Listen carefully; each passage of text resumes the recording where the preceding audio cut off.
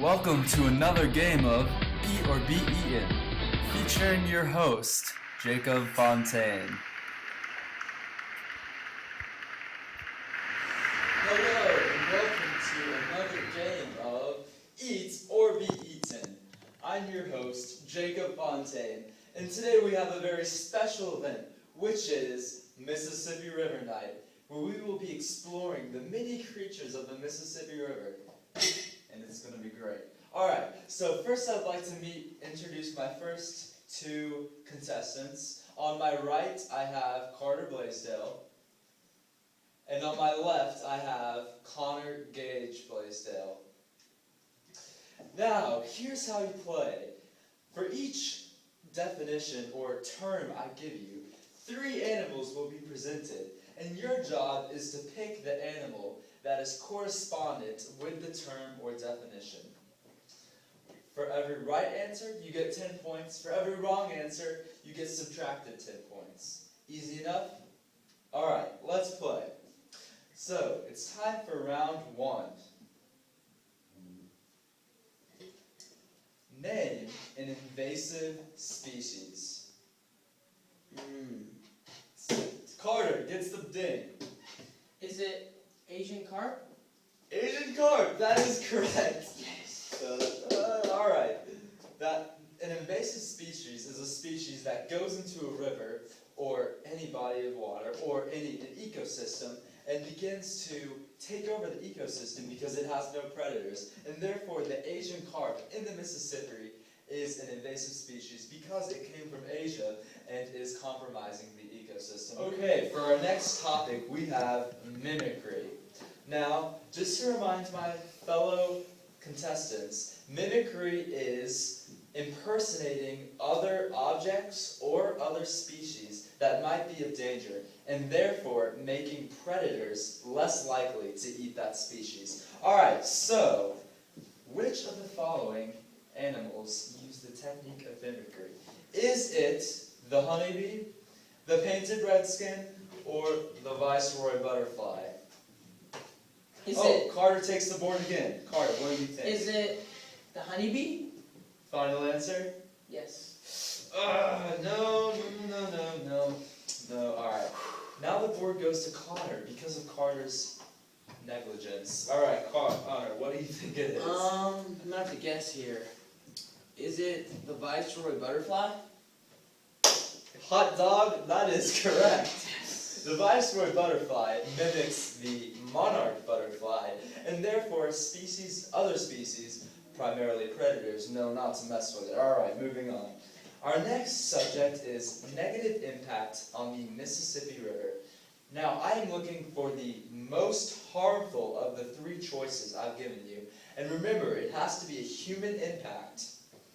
Alright, is this pesticide runoff, flooding, or Coach Walker going hunting? Connor takes the board. Connor, what do you think? Is it pesticide runoff? That is correct. Yes. Every year, thousands of ounces of pesticide runoff leak off into the Mississippi River and therefore poison animals and plants. A shame. Alright, time for our next topic, which is... Alright, so for our next subject, we have parasitism, which, just to remind my contestants, is symbiosis in which one of the organism benefits and the host usually pays. For example, a mosquito on a human. Alright, so our 3 choices today are A, the hummingbird, B, the pallid sturgeon, or C, the silver lamprey. Oh, it looks as if Connor takes the board. Is it... It's a hard one. Is it the silver lamprey? Ding, ding, ding. That is correct. Oh, it looks as if Carter is on a roll. Yes. Alright, but now, moving to round 2. Okay, round 2. The first subject is camouflage. Now, just for a refresher to our audience and to myself, camouflage is a method of avoiding by species in which they blend into their surroundings. Please note that this is usually an adaptation developed over many years. Alright, so that being said, let us go to our question. Which of the following species demonstrates camouflage? Is it the black-chinned red salamander? Is it the American alligator?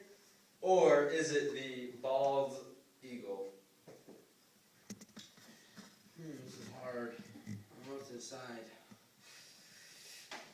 Connor takes the board. And what do you think, Connor? Is it the American alligator? Ding, ding, ding. Once again, that is correct. Connor, it looks like Connor is coming back. But will Carter still take the win? Find out after our commercial break. Did you stop it? In the Mississippi River food web, there are 4 producers: swamp milkweed, the arrow plant, spikegrass, and alligator weed. A producer is an autotrophic organism that serves as a source of food for other organisms in a food web. And producers get their food and energy from the sun through photosynthesis.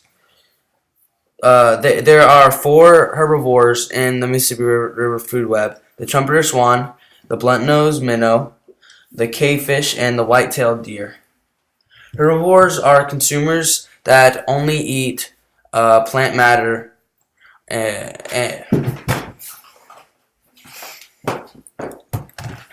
There are 4 omnivores in the Mississippi food web: largemouth bass, tigerfish, channel catfish, and chum salmon.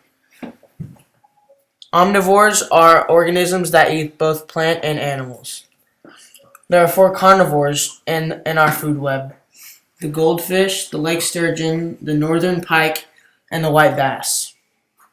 Carnivores feed on only meat to obtain nutrients in food. Also, there are 2 top-level carnivores: the northern snakehead and the American black bear. These organisms have no predators. They're at the top of the food chain, and they rely on other organisms for food. Also, there's a detrivore in our food web, the pearlfish. Detrivores are organisms that rely on organic matter or decomposed matter from other organisms. Also, there's Spanish moss, which is our decomposer. Spanish moss decomposes other organisms. Alright, welcome back to Eat or Be Eaten. Now, as you can see, we did have some issues with the invasive species Asian carp that ate our last studio. So now we've moved to the lovely snake pit. Alright, so moving to our next topic. Producer. Now, to refresh us all, a producer is a species who gets its energy from the light of the sun and creates energy using photosynthesis. And first level consumers are the ones that eat producers, and producers give the most energy to the next level energy of any place on the energy pyramid. Now, that being said, let us move to our question.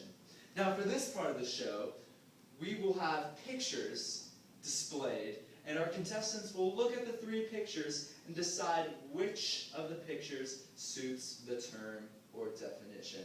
Alright, so our first tune is producer. Now, please show the pictures. And Connor takes the board. What do you got, Connor? Is it catfish? Ooh, it's not catfish. You know, I heard a joke about a catfish that walked into a bar with an iPhone. But, you know, I'll tell that another story. Alright, so now the board goes to Carter. Carter, what do you think it is? Is it? We're not getting any younger, Carter. Is it spikegrass? Ding ding, that is correct. The answer was spikegrass. Total because guess. all types of grass are producers because they get their energy from the sun. You don't see grass going out eating other animals, do you know? Okay. Moving on to our next topic, consumer. Now, we all know consumers because we are consumers. Am I right? Am I right? Okay. Consumers are very important because they eat other species, and therefore no species can grow too big, and etc., etc. Okay, so that being said, pictures, please appear. Which of these pictures relates to consumer?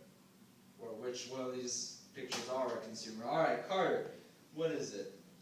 Is it the largemouth bass? Largemouth bass is correct! Why did I think of that? It's putting Carter in the lead and Connor in a close fail behind. Alright, and now for our next subject, herbivore or herbivore, whatever you like to call it. Alright, so this can be related to a human vegan, you know, kind of like Coach Walker, he only eats the green stuff, none of that meat. But, nonetheless, would you please show the pictures? You're on the clock. Connor takes the board. And Connor, what do you think it is? Is the answer manatees? That is correct. Yes. Manatees In your is- face! Alright, let us calm down here. Alright, so manatees are herbivores, mostly because their diet consists of algae, and yet even considering their size, they get adequate energy from all these plants. Okay, so that consists of round 2. Please give my contestants a round of applause. And we'll now pause for a commercial break.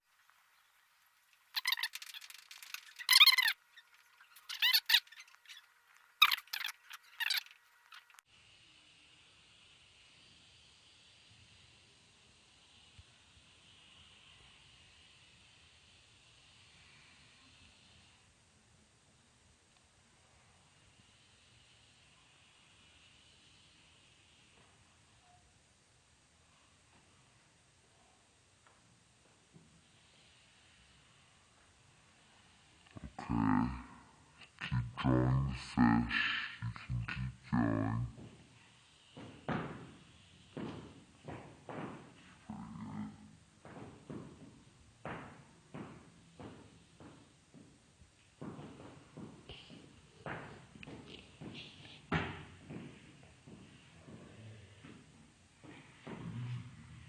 Okay, now draw a big arrow pointing to the thing you don't need.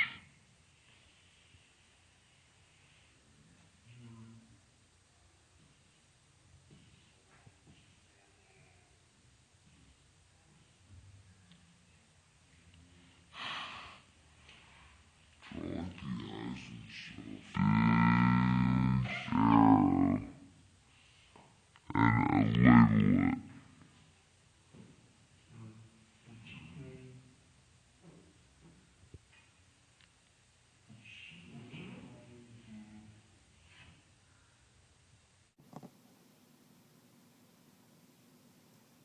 Oh, hello, I didn't see you there.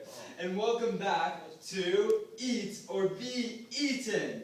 I'm still your host, Jacob Fontaine, and now we join our contestants, Carter and Connor, back in the game as they prepare for round 3. Alright, now round 3 is going to be the most difficult of all 3 rounds, so they will need to be on the end of their seats, ready for the questions. Alright, for the first topic, we have endangered species. Now, endangered species is no laughing matter because it means that their population is endangered of becoming extinct. And extinct means they cease to exist. And this is a very sad thing, and it is often a result of human impact.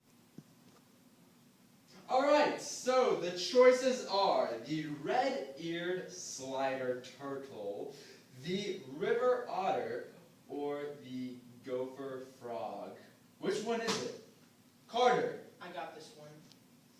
Is it the river otter? Oh, I'm sorry, that's incorrect. Yeah, I got this one now.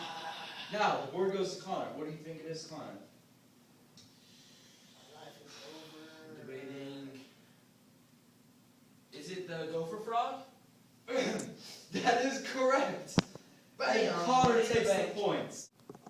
Alright, so our next topic is renewable resources. They're very essential to any civilization because they can be renewed and replenished naturally, which means the opposite would be a non-renewable resource such as coal. But a new renewable resource would be something such as a tree or something of that sort. Okay, so that being said, which of the following is the correct definition? And I'm only going to say this one verbally, so you guys will have to listen very carefully.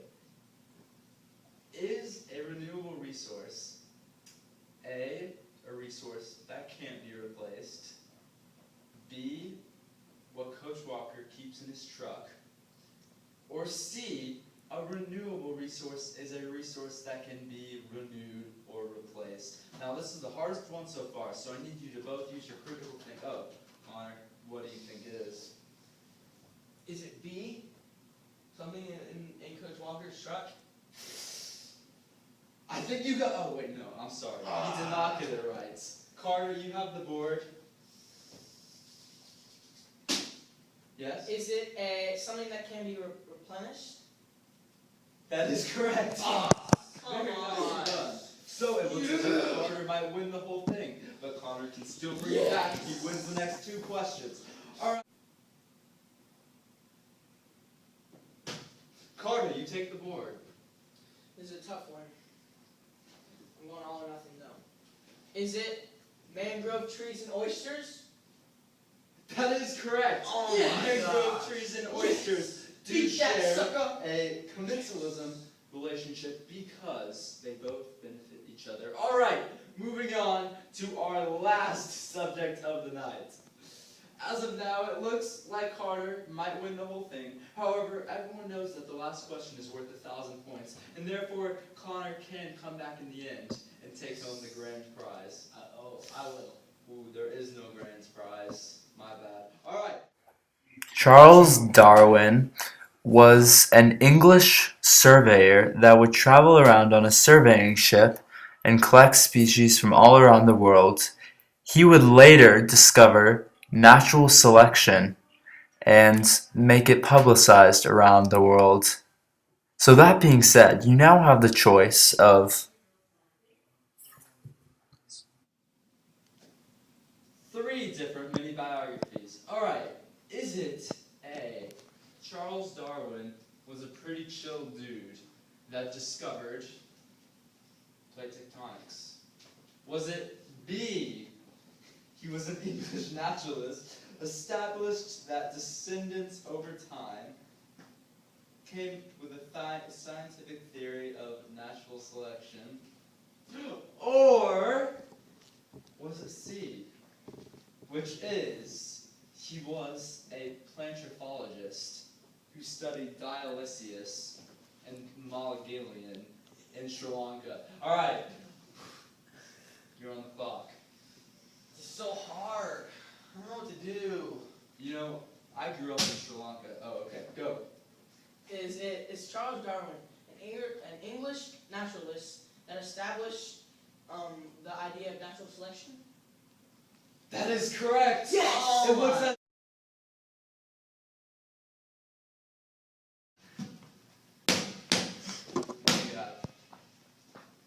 There's nothing. Come on, dribble around. what percentage do you Dribble have? around. I'm saying, let me check.